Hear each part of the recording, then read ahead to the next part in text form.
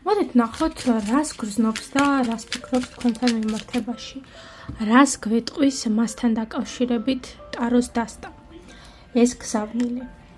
რა არის მის გულში ამ ეტაპზე, რას განიცდის თქვენთან მიმართებაში.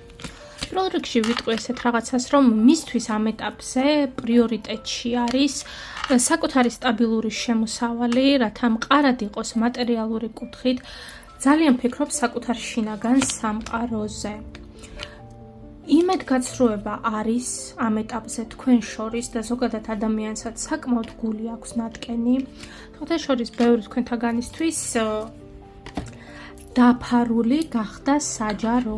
სწორედ ამან გამოიწვია ზოგიერთისთვის კონფლიქტური სიტუაცია. პირდაპირ მნიშვნელობით გეტყვით აქ, რომ ქალის ფაქტორს ვიღაცისთვის ცოლის, ვიღაცისთვის მეორე ნახევრისთვის, ვიღაცისთვის დედის ძალიან დიდი მნიშვნელობა აქვს, ანუ დედა ასრულებს ძალიან დიდ როლს და ზოგადად ქალი მის ცხოვრებაში.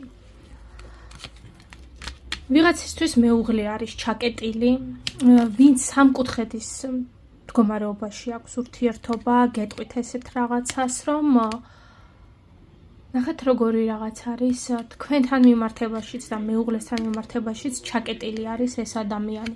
ზოგადად იცით რა არის, წარსულშიც კი იმდენად დიდი იმედგაცრუება ჰქონდა სიყვარულის კუთხით ამ ადამიანს, ამიტომაც იკეტება თქვენთან მიმართებაში, ეს იცოდეთ.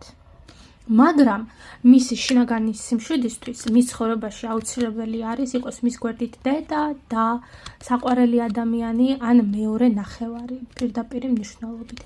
მაგრამ რაღაც კუთხით ეს ადამიანი არის ეგოისტი, იმიტომ რომ თავის სურვილებს, თავის ესე რომ ვთქვათ, აზრებს, შეხედულებებს, ცხოვრებას, კომფორტს აყენებს უპირველეს ყოვლისა.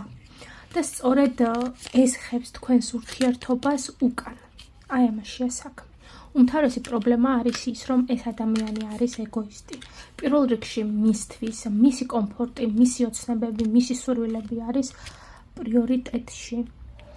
ვინც მაინც მიუხედავად ყველაფრის აელოდებით ამ ადამიანს, იცოდეთ, რომ გამოჩნდება ეს ადამიანი, უბრალოდ ცოტათი მოითმინეთ.